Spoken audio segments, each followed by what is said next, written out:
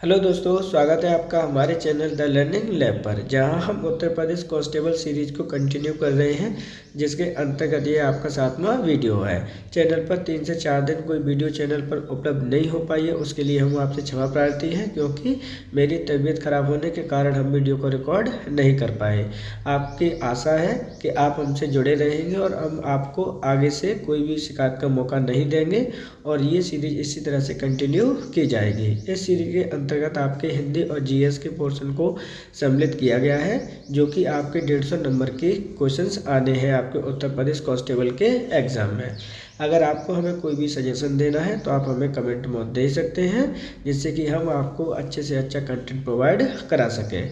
ऐसे बच्चे जो उत्तर प्रदेश एसआई की तैयारी कर रहे हैं और उन्हें आपके उत्तर प्रदेश स्पेशल पढ़ना है, तो ऑलरेडी चैनल पर आपकी 1000 प्लस सीरीज उपलब्ध है, जिसमें 20 वीडियोज़ हैं और 1000 प्लस क्वेश्चंस को सॉल्व कराया गया है, जिसके अंतर्गत करंट अफेयर्स, पीवाईक्यू और इम्पोर्टेंट सीरीज में जो क्वेश्चंस आते हैं उनको भी हमने उसमें सम्मिलित किया हुआ है। इसी तरह से अगर आपको union budget, Uttar Pradesh budget, दोनों बजट पढ़ने हैं तो ऑलरेडी चैनल पर उपलब्ध है, आप उन्हें भी जाकर देख सकते हैं। तो चलिए देखते हैं आज का अपना पहला क्वेश्चन। 7 से 8 फरवरी 2026 को प्रधानमंत्री नरेंद्र मोदी किस देश की यात्रा पर थे? मलेशिया, फिलीपींस, इंडोनेशिया, थाईलैंड, इनमें से कोई नहीं।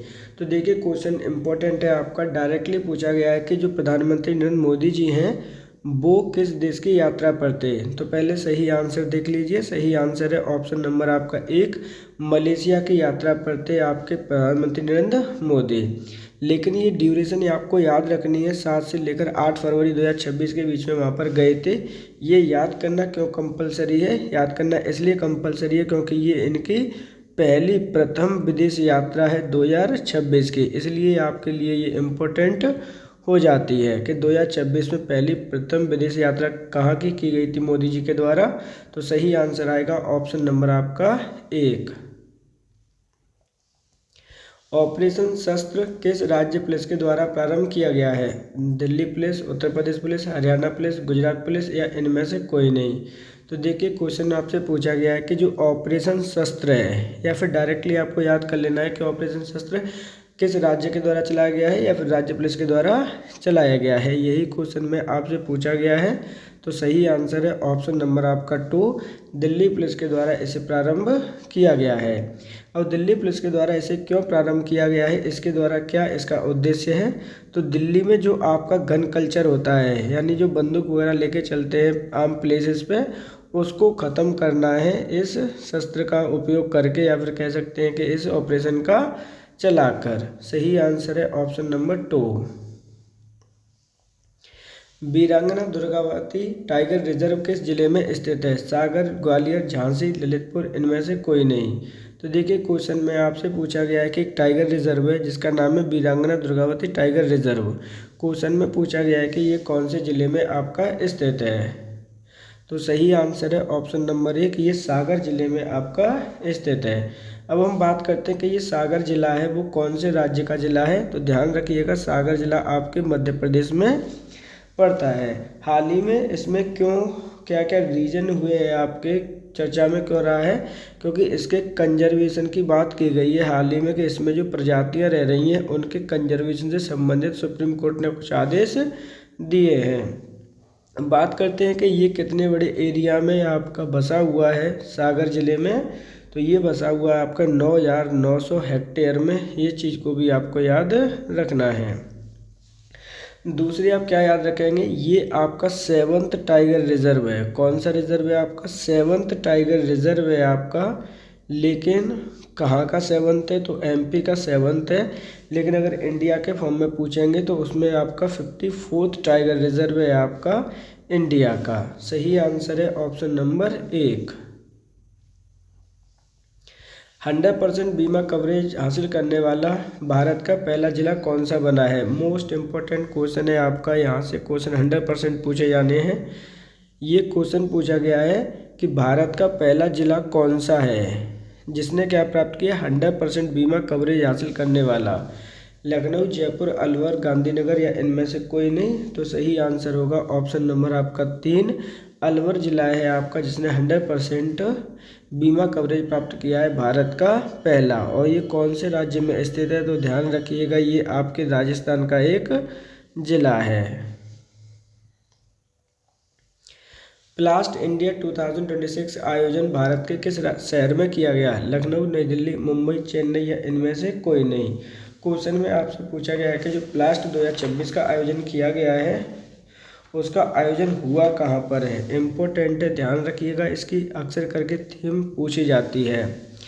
प्लास्ट इंडिया 2026 की बात की जा रही है कि किस शहर में आपका आयोजित किया गया है? तो सही आंसर है भारत की राजधानी नई दिल्ली में इसका आयोजन किया गया है। अब हम बात करते हैं नई दिल्ली में इसका आयोजन कहाँ पे किया गया है। तो ध्यान रखिएगा इसका आयोजन किया गया है आपके प्रगति मैदान में। कहाँ पर? प्रगति मैदान में आयोजित किया गया है। दूसरा जो इसकी याद करनी है आपको, थीम याद करिएगा, क्योंकि थीम अक्सर करके पूछी जाती है आपसे, वो है आपकी भारत नेक्स्ट। इसकी थीम कंपलसरी है आपके याद करना, ध्यान रखना है, थीम अक्सर करके आपसे पूछी जाती हैं। क्वेश्चन में पूछा गया था कि इसका आयोजन कहाँ पे किया गया है। सही आंसर है ऑप्शन नंबर 2।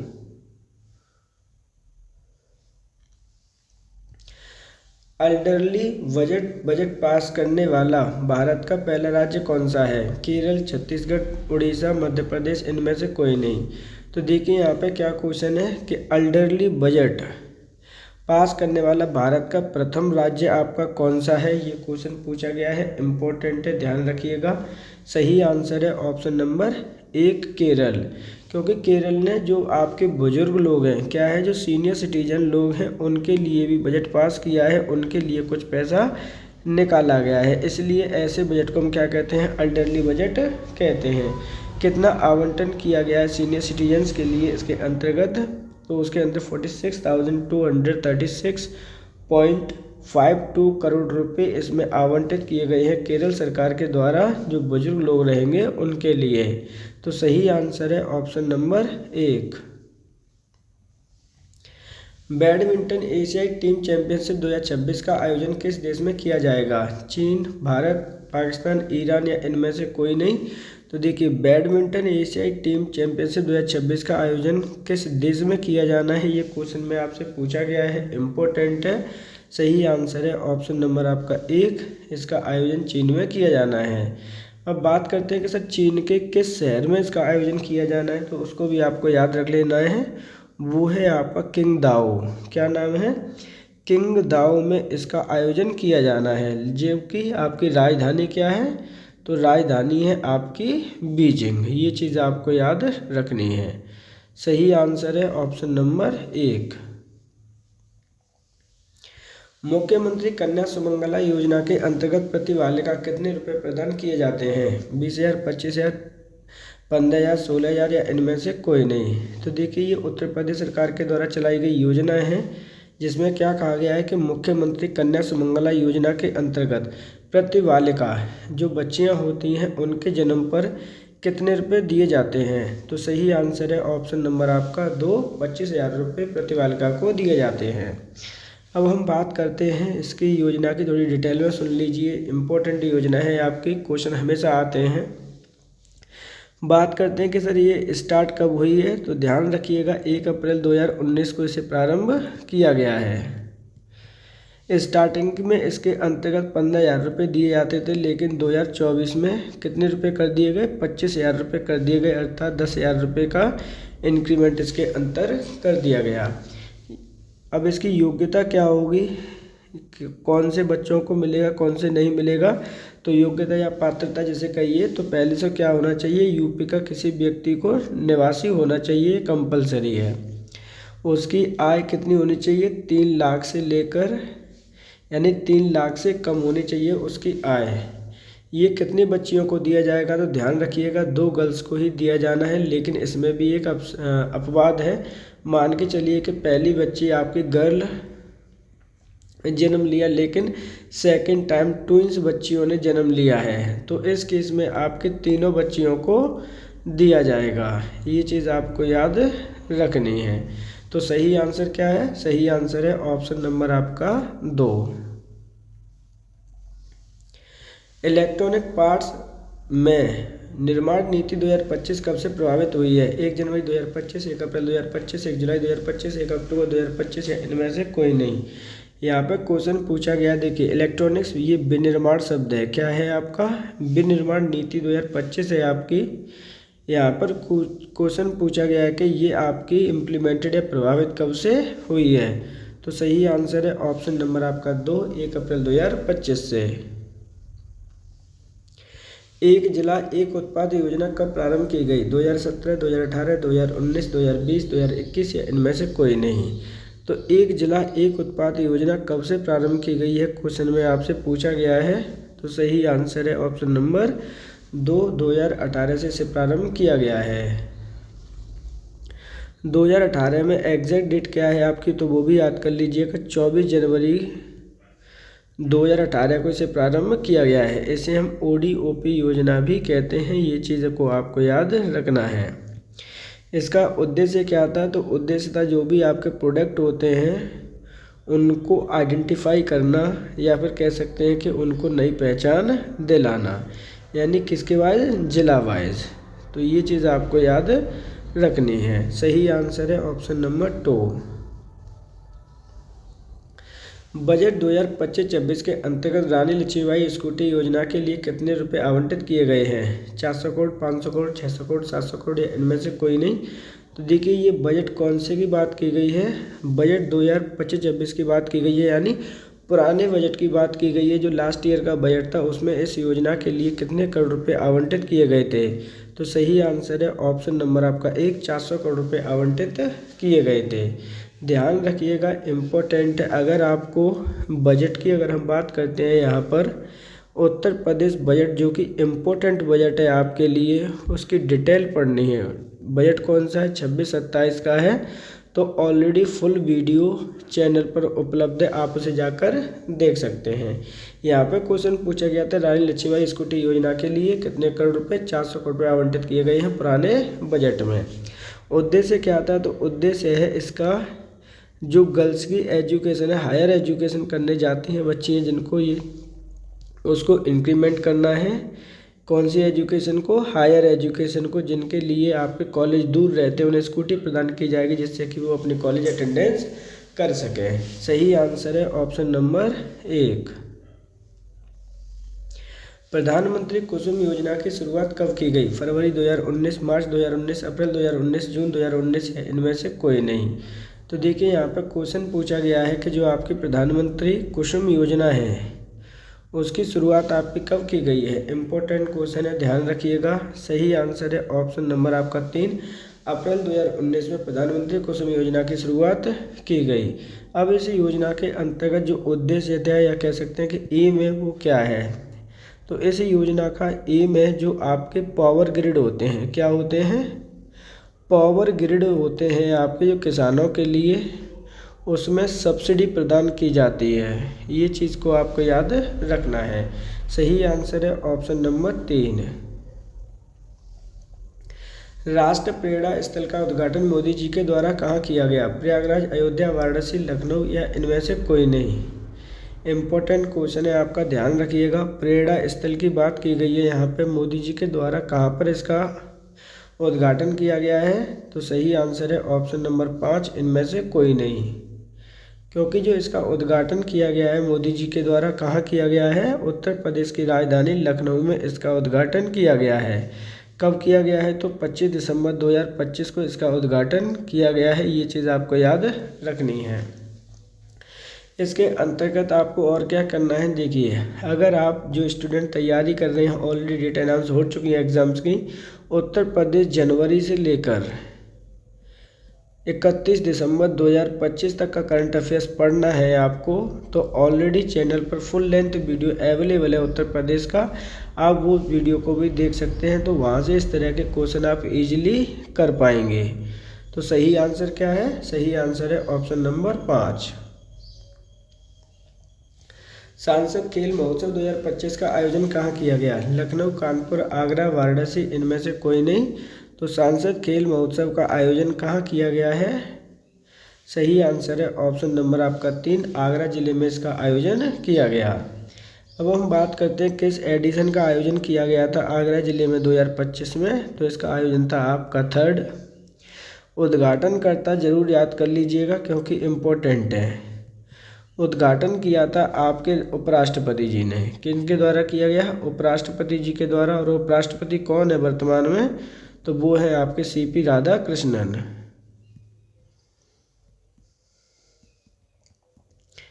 इम्पोर्टेंट है, सही आंसर है ऑप्शन नंबर 3। पार्वती अर्घा पक्षी अभ्यारण्य किस जिले में स्थित है? झांसी, गोंडा, चित्रकूट, बलिया या इनमें से कोई नहीं। तो देखिए हाल ही में ये चर्चा में रहा था आपका पार्वती अर्घा पक्षी अभ्यारण्य की बात की जा रही है कि उत्तर प्रदेश के कौन से जिले में स्थित है। तो सही आंसर है ऑप्शन नंबर 2, ये गोंडा जिले में आपका स्थित है। हाल ही में ये आपका चर्चा में भी रहा था। सही आंसर क्या होगा? सही आंसर है option number 2। Uttar Pradesh budget 2026-27 के संदर्भ में कौन सा कथन गलत है? अब देखिए यहाँ पे चीज़ें इम्पोर्टेंट है आपके लिए।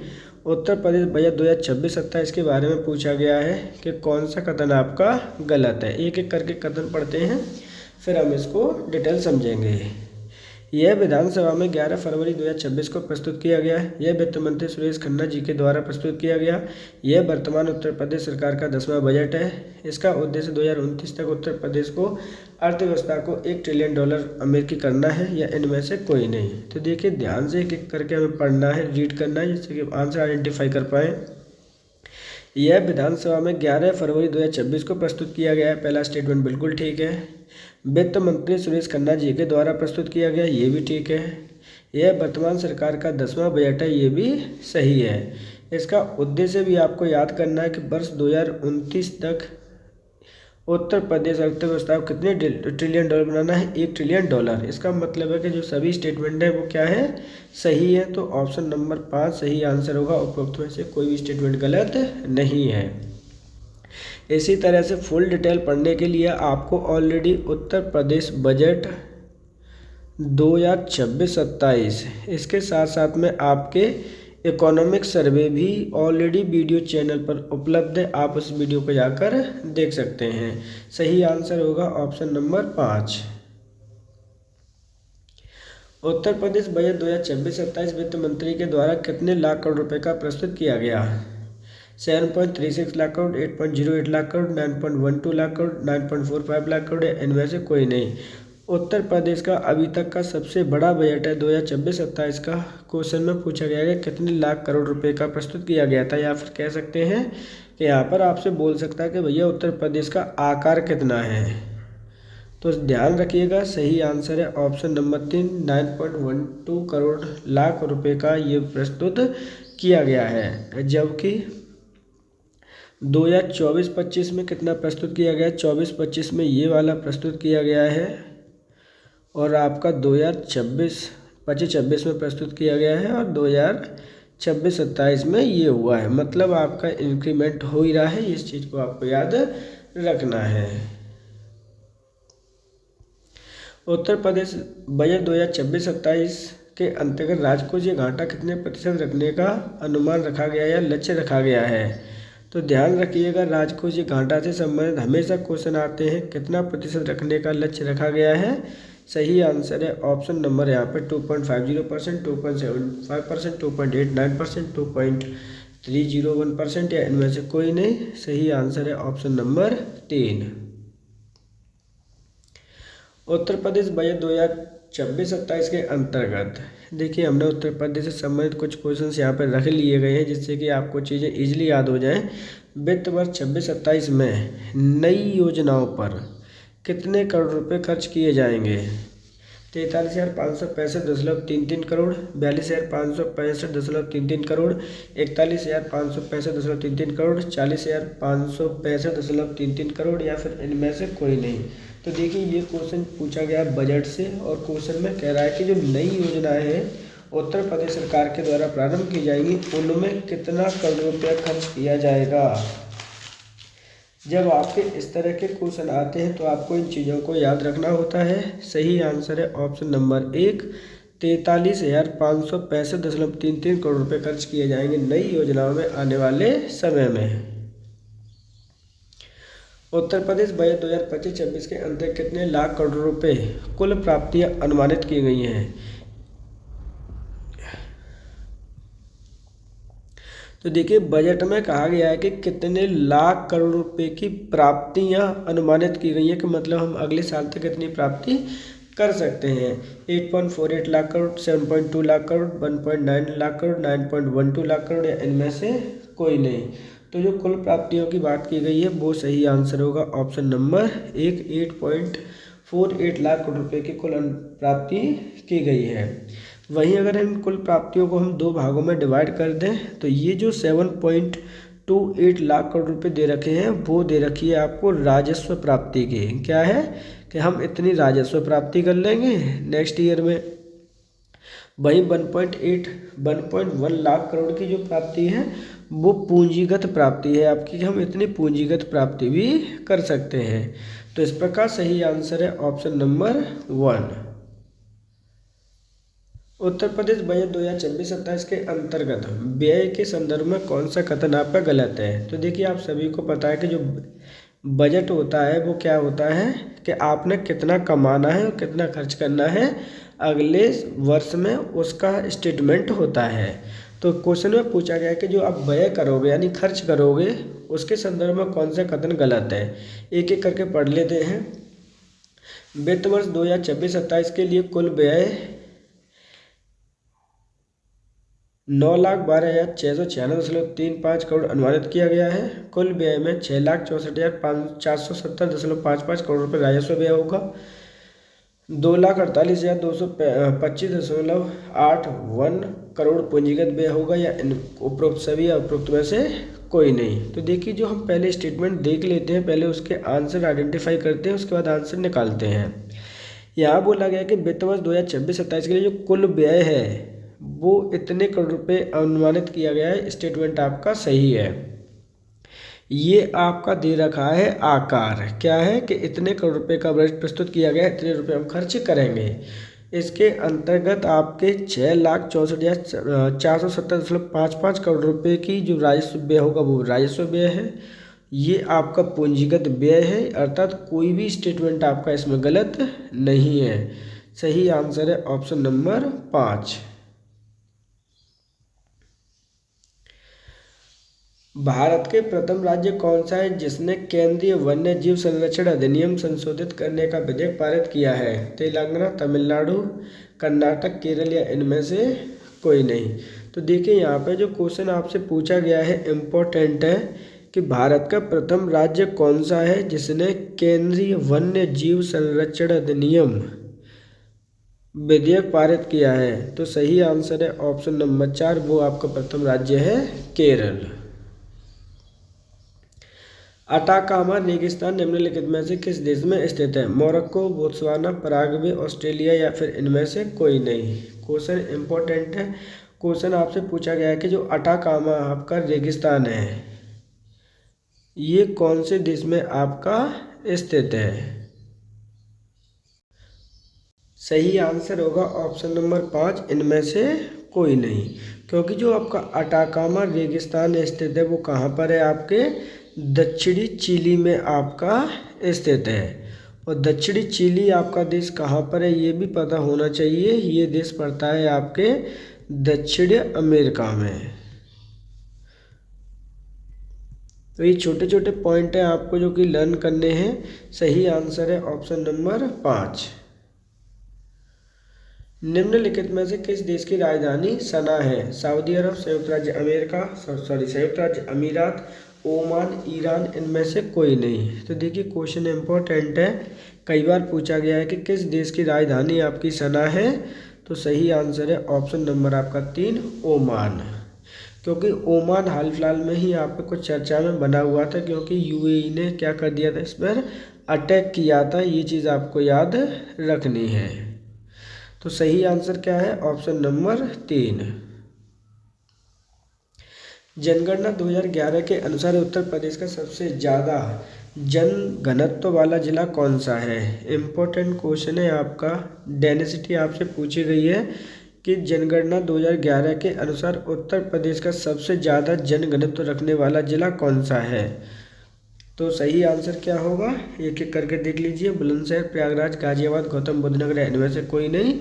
तो सही आंसर है ऑप्शन नंबर आपका 3, गाजियाबाद सबसे डेंस सिटी है आपका।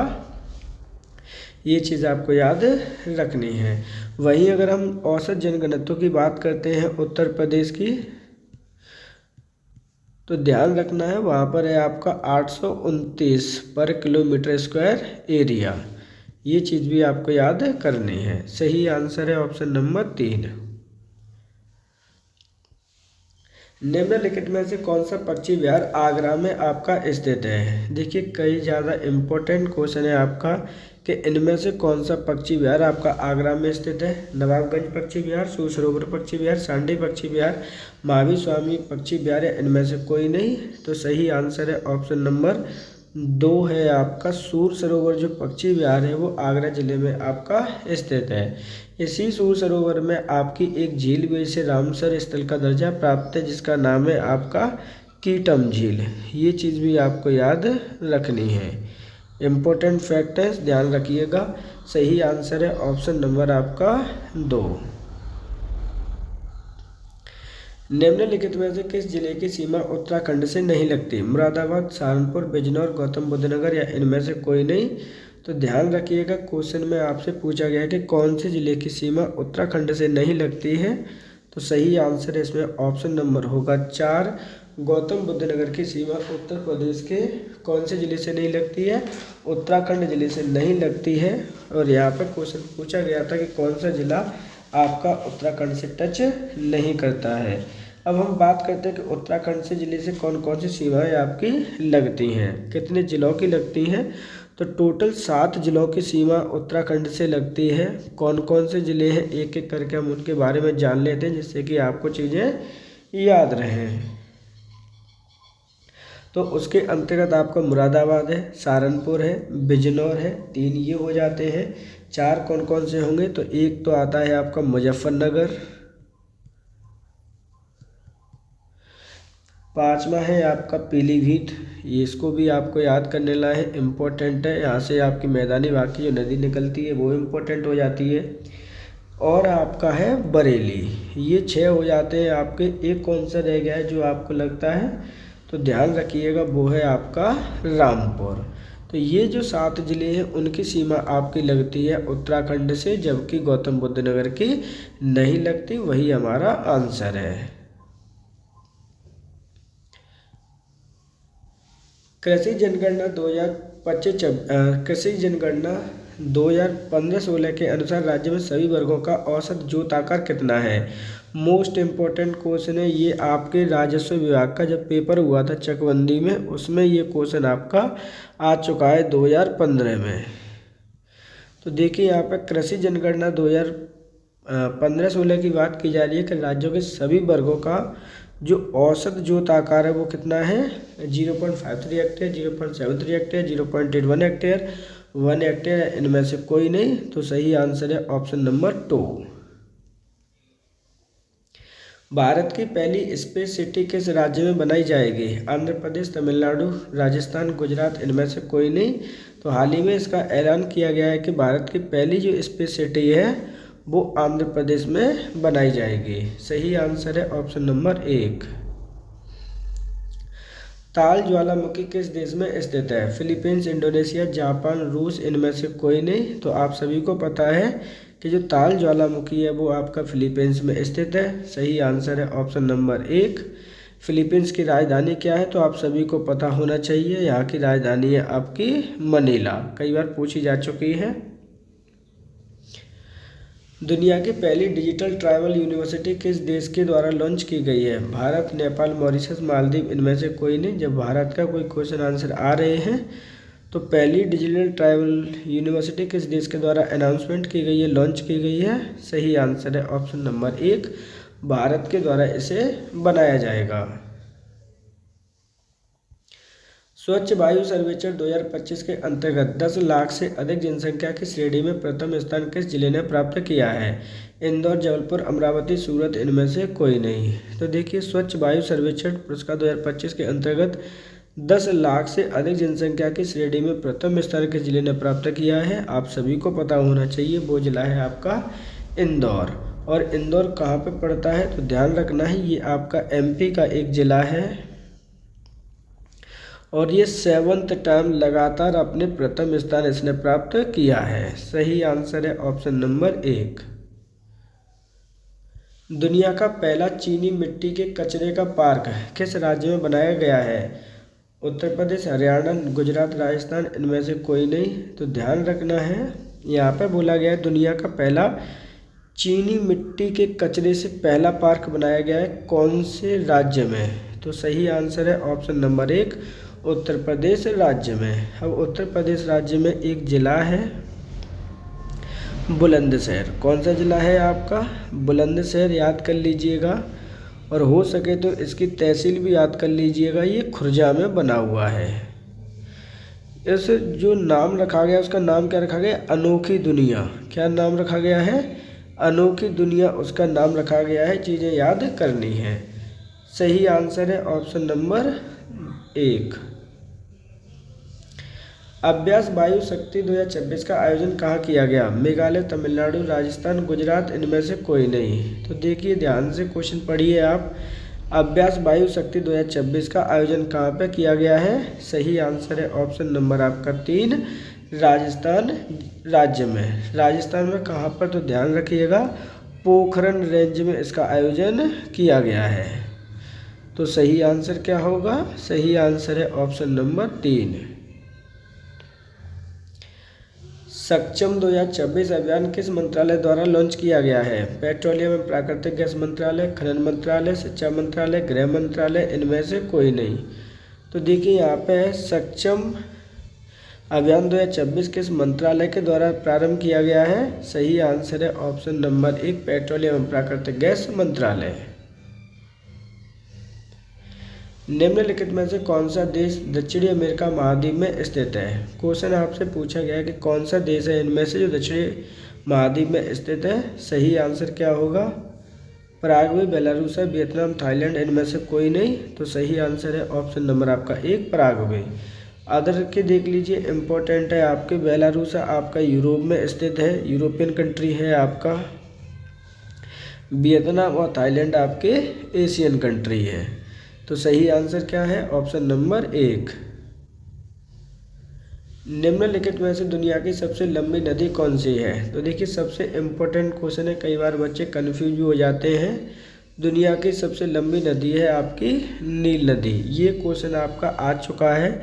अगर आपने पैट 2026 का एग्ज़ाम दिया है तो यहाँ पर जो आपकी नील नदी है सबसे लॉन्गेस्ट नदी है, ध्यान रखिएगा। लेकिन अगर वही डेंसिटी की बात करते हैं कि सर डेंसिटी में कौन सी वाली नदी आएगी, तो डेंसिटी में नदी आएगी आपकी अमेजोन। ये जो नील नदी है वो कहाँ पर पड़ती है? तो ध्यान रखना, ये एक अफ्रीकन कॉन्टिनेंट में है। तो सही आंसर क्या है? Option number 2। भारत के संविधान का कौन सा अनुच्छेद प्रत्येक राज्य के लिए एक राज्यपाल का प्रावधान करता है? अनुच्छेद 157, अनुच्छेद 173, 156, 153 या इनमें से कोई नहीं। इम्पोर्टेंट क्वेश्चन है, ध्यान रखिएगा। भारत के संविधान का कौन सा अनुच्छेद है जो प्रत्येक राज्य के लिए एक राज्यपाल का प्रावधान करता है? सही आंसर है ऑप्शन नंबर आपका 1, अनुच्छेद 157। निम्नलिखित में से किसने डू और डाई का नारा दिया था? तो देखिए इम्पोर्टेंट है ये नारा आपके लिए। सुभाष चंद्र बोस, महात्मा गांधी, सरदार पटेल, रविन्द्रनाथ टैगोर, इनमें से कोई नहीं। तो सही आंसर है ऑप्शन नंबर आपका 2, महात्मा गांधी जी के द्वारा डू और डाई का क्या दिया गया था? नारा दिया गया था।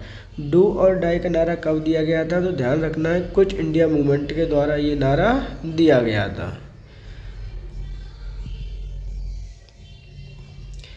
तो इस क्विट इंडिया मूवमेंट यानी जो 1942 ईस्वी में हुआ था उसमें। तो सही आंसर क्या है? Option number 2।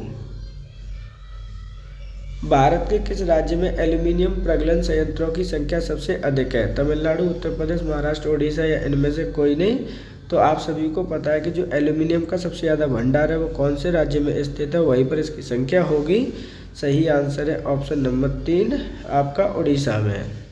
ध्यान रखिएगा, जो एल्यूमिनियम है किससे प्राप्त किया जाता है, वो प्राप्त किया जाता है Al2O3.2H2O से, और वो होता है आपका क्या, अयस्क किसका होता है, ओर का नाम है आपका बॉक्साइट। सही आंसर है ऑप्शन नंबर 4। कौन सा दर्रा कुल्लू घाटी को भारत के हिमाचल प्रदेश के लाहौल और स्पीति घाटियों को जोड़ता है, बनिहाल, रोहतांग, लिपुलेख या फिर इनमें से कोई नहीं। तो ये क्वेश्चन मोस्ट इम्पोर्टेंट है, पहले आ चुका है कि कौन सा दर्रा कुल्लू घाटी को भारत के हिमाचल और लाहौल स्पीति को जोड़ता है। तो सही आंसर है ऑप्शन नंबर आपका 2 रोहतांग दर्रा। निम्नलिखित में से किसका योग राष्ट्रीय आय का सबसे अच्छा वर्णन करता है। कुल मिला के पूछा है कि आपकी राष्ट्रीय आय किसके घटक पर निकाली जाती है, NDP at MP, NNP at FC, GNP at FC, GDP at MP, या इनमें से कोई नहीं। सही आंसर है आपका नेट नेशनल जो प्रोडक्ट है आपका eight FC, factor cost per आपका हम निकालते हैं। निम्नलिखित में से कौन सी बोली झांसी, जालौन, हमीरपुर में प्रचलित है। तो देखिए, आप सभी को पता है कि यहाँ पे क्वेश्चन पूछा गया कि कौन सी बोली है वो झांसी, जालौन, हमीरपुर जिले में आपकी प्रचलित है। बुंदेली, ब्रजभाषा, कन्नौजी, मालवी, या इनमें से कोई नहीं। तो सही आंसर होगा ऑप्शन नंबर आपका 1 बुंदेली, क्योंकि ये जो तीनों ज़िले हैं आपके वो बुंदेलखंड में आपके स्थित हैं, उत्तर प्रदेश के साउथ में। ब्रजभाषा बोली जाती है आपके मथुरा के आसपास में, वहीं कन्नौजी बोली जाती है आपके कन्नौज वाले क्षेत्र में, और मालवी बोली जाती है आपके मालवा वाले क्षेत्र में। तो सही आंसर क्या है ऑप्शन नंबर 1। वर्णों का समुदाय क्या कहलाता है, वर्णमाला, अक्षर, सर्वनाम, क्रिया, इनमें से कोई नहीं। तो वर्णमाला का जो समुदाय है वो कहलाता है आपका वर्णमाला। टोटल वर्णमाला में अगर अक्षरों की संख्या ज्ञात करते हैं तो कितनी है आपकी, हिंदी वर्णमाला में है आपके 52 और इंग्लिश में है आपकी 26। सही आंसर क्या है ऑप्शन नंबर 1। उस जगह एक सभा होने जा रही है, रेखांकित पद में कौन सा परिसर्ग है। तो देखिए, यहाँ पर रेखांकित जो शब्द है वो क्या है आपका, एक सभा। ये चीज़ आपको याद करनी है, रेखांकित शब्द ये है आपका। क्वेश्चन पूछा गया कौन सा परिसर्ग है, कर्ण, संप्रदान, अधिकरण, अपादान, इनमें से कोई नहीं। तो सही आंसर है ऑप्शन नंबर 3 अधिकरण। आँख का अंडा नाम नैनसुख लोकोक्ति का अर्थ क्या है, गुण के विरुद्ध नाम होना, आँख की रोशनी जाना, नामकरण करना, संतुष्ट होना, या इनमें से कोई नहीं। तो क्वेश्चन पूछा गया है कि आँख का अंडा नाम नैनसुख, यानी अंडा नहीं है, यहाँ पे क्या है, अंधा है, आँख का अंधा। तो इसका अर्थ क्या होगा, सही आंसर है ऑप्शन नंबर 1। प्रत्याशा शब्द में उपसर्ग क्या है, आ, प्रा, प्रति, प्रत्यय, या इनमें से कोई नहीं। तो पहले हम समझ लेते हैं कि जो प्रत्याशा शब्द है उपसर्ग क्या होगा। उपसर्ग होता है आपका शब्दांश। क्या होता है आपका, शब्दांश होता है, और कहाँ लगता है, शब्द के आगे लगता है। जैसे आपका एक शब्द है आपका उपहार, तो यहाँ पे जैसे हम उपहार को अलग करते हैं तो ये जो उपहार है वो आपका उपसर्ग कहलाता है। इसी प्रकार प्रत्याशा में क्या शब्द है, तो सही आंसर है ऑप्शन नंबर 3 प्रति, क्योंकि जब इसको हम संधि विच्छेद करते हैं तो एक शब्द बनता है प्रति प्लस आशा, तो आपका शब्द क्या हो जाता है, प्रत्याशा। इसलिए आपका सही आंसर है ऑप्शन नंबर 3। यथोचित का सही संधि विच्छेद क्या होगा, यथो प्लस उचित, यथा प्लस उचित, यथा प्लस उचित, यथा प्लस औचित, या इनमें से कोई नहीं। तो यहाँ पे क्वेश्चन पूछा गया है आपसे कि जो आपका अतोचित वर्ड दे रखा है उसका सही संधि विच्छेद क्या होगा। तो सही आंसर है ऑप्शन नंबर आपका 3। व्याकरण की दृष्टि से निम्नलिखित में से कौन सा वाक्य शुद्ध है। तो देखिए, यहाँ पे क्वेश्चन पूछा गया कि कौन सा वाक्य आपका शुद्ध है, तो आप इजीली आइडेंटिफाई कर पाएंगे क्वेश्चन का। देखते हैं एक एक करके सही। पहले तूने कहाँ जाना है, तो तूने कोई शब्द नहीं होता है आपका, तो ये पहला स्टेटमेंट गलत है। श्री कृष्ण के अनेकों नाम है, अनेक शब्द कोई नहीं होता, ये भी स्टेटमेंट गलत है।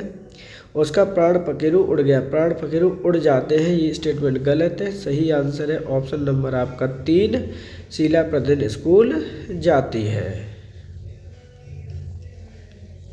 सर्वनाम के कितने भेद होते हैं? 4, 5, 6, 7, इनमें से कोई नहीं। तो सर्वनाम का जो सही अर्थ होगा वो है ऑप्शन नंबर 3, इसके 6 भेद आपके होते हैं। वह बहुत अच्छा लड़का है, वह कौन सा सर्वनाम है? निश्चयवाचक, संबंधवाचक, अनिश्चयवाचक, निजवाचक, इनमें से कोई नहीं। तो देखिए क्वेश्चन में आपसे बोला गया है कि वह एक बहुत अच्छा है, वह कौन सा सर्वनाम है? तो सही आंसर है ऑप्शन नंबर 1, निश्चयवाचक। हिंदी का प्रथम समाचार पत्र कौन सा था? कविवचन सुधा, हरिश्चंद्र पत्रिका, सरस्वती, उद्दंड, मार्तंड, या इनमें से कोई नहीं। तो ध्यान रखिएगा, हिंदी का प्रथम समाचार पत्र था आपका, सही आंसर है ऑप्शन नंबर 4, उद्दंड मार्तंड। जायसी द्वारा रचित पद्मावत निम्न में से क्या है? वक्रोक्ति, समोक्ति, अन्योक्ति, रूपक काव्य, या इनमें से कोई नहीं। तो देखिए आपके जायसी द्वारा एक पुस्तक लिखी गई है जिसका नाम है पद्मावती। क्वेश्चन में पूछा गया कि वो क्या है? तो सही आंसर है ऑप्शन नंबर 2, समोक्ति।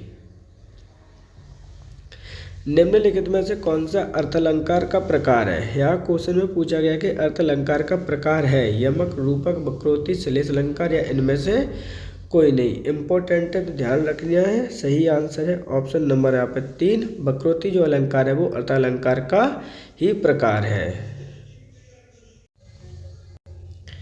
माफ करिएगा, इसमें ये वक्रोक्ति अलंकार नहीं, आपका कौन सा होगा?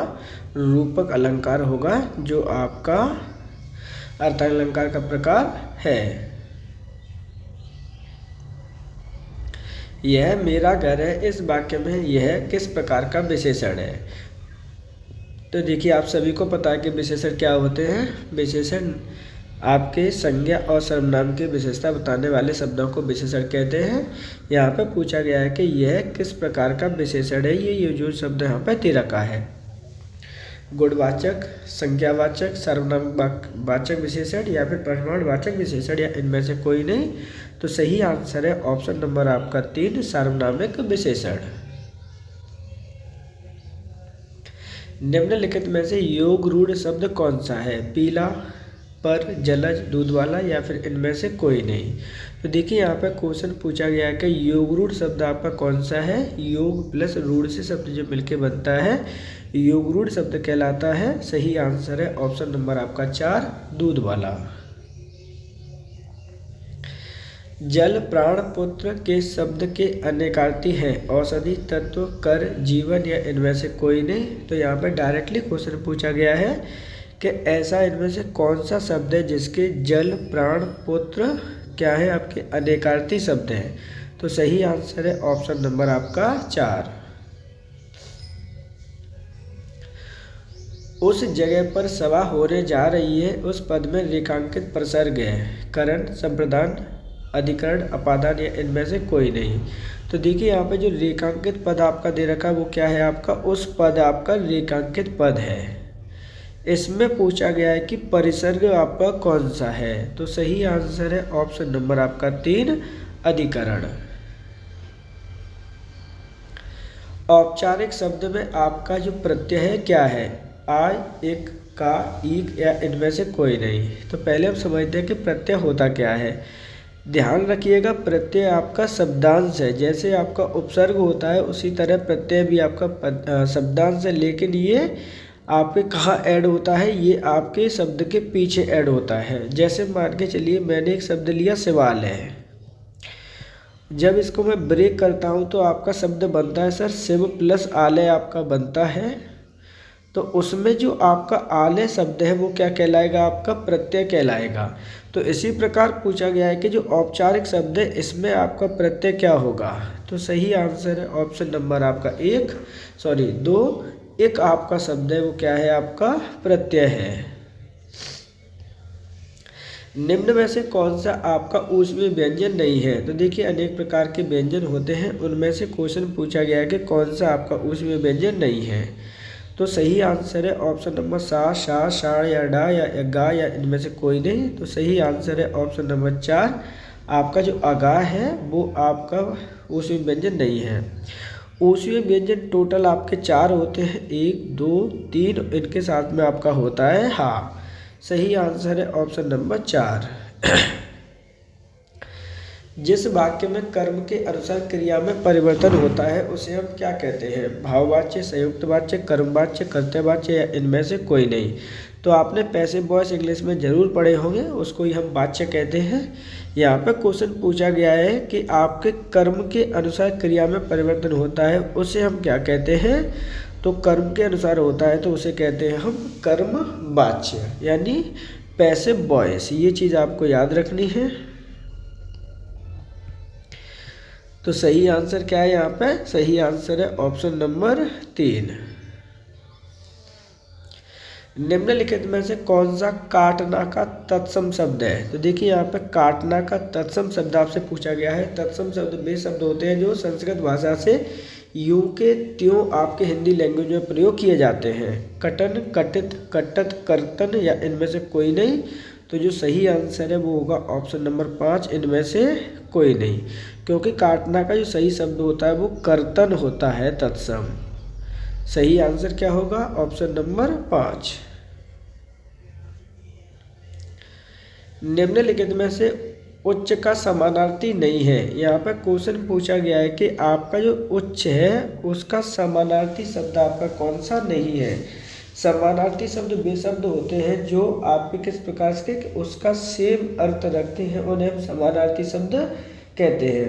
क्वेश्चन में पूछा गया है कि जो उच्च शब्द दे रखा है उसका समानार्थी शब्द आपका क्या नहीं है? टीला, श्रेष्ठ, बड़ा, उठा हुआ या फिर इनमें से कोई नहीं।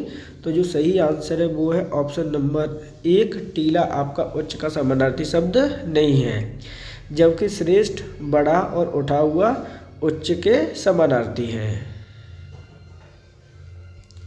पत्थर का पर्यायवाची नहीं है। पाहन, उपल, पोषण, उरंग या इनमें से कोई नहीं। तो देखिए यहाँ पे पत्थर का पर्यायवाची शब्द नहीं है, तो वो है ऑप्शन नंबर 3, पोषण। आपको पता है कि पोषण आपका क्या होता है? खाना होता है। तो सही आंसर क्या होगा? Option number 3। निम्नलिखित विकल्पों में से कौन सा एक वचन शब्द है? देखिए एक वचन शब्द कौन सा है, क्वेश्चन डायरेक्टली पूछा गया है। दर्शन, नदी, लताओं, घरों, इनमें से कोई नहीं। तो आपका शब्द होगा 2, नदी, क्योंकि इसका जो बहुवचन होता है वो नदियाँ होता है। ये चीज़ आपको याद रखनी है। पीढ़ी दर पीढ़ी चल आने वाला, इसके लिए उपयुक्त शब्द क्या होगा? परागत, क्रमागत, तथागत, अन्यायगत या इनमें से कोई नहीं। तो देखिए पीढ़ियों से पीढ़ियों चलता आ रहा हो कोई चीज़, उसके लिए एक शब्द क्या होता है? तो वो होता है आपका क्रमागत। सही आंसर क्या है? Option number 2।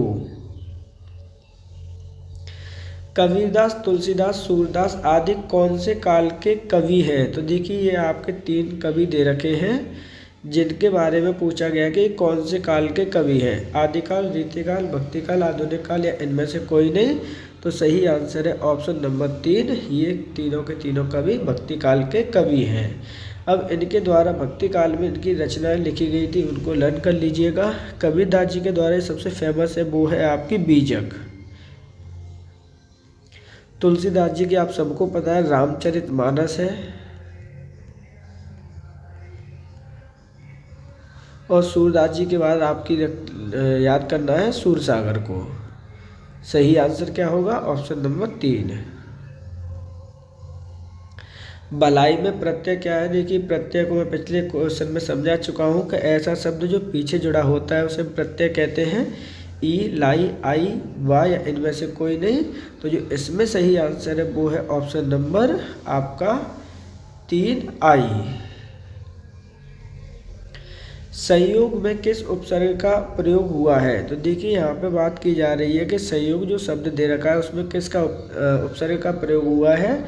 उपसर्ग होता है शब्दांश जो शब्द के आगे जुड़ा होता है। सम, सन, सा, आ या फिर इनमें से कोई नहीं। तो सही आंसर है ऑप्शन नंबर आपका 1 सब।